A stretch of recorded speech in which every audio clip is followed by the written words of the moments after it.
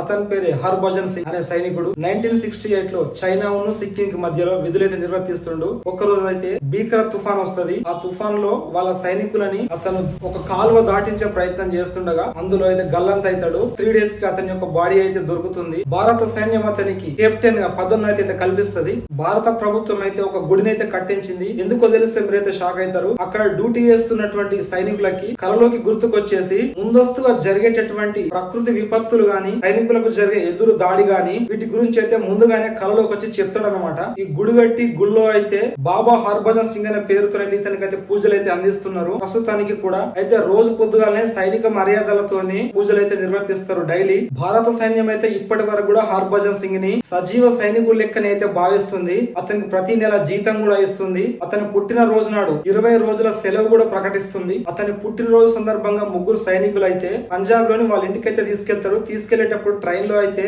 ఒక బెర్త్ ను ఖాళీగా ఉంచుతారు. అతను హర్భజన్ సింగ్ ఉన్నట్టుగా భావిస్తారు. వాళ్ళ అమ్మకైతే ఆ యూనిఫామ్ ని అందించేసి తిరిగి 21వ రోజు రిటర్న్ అయితే వచ్చేస్తారు. జై హింద్.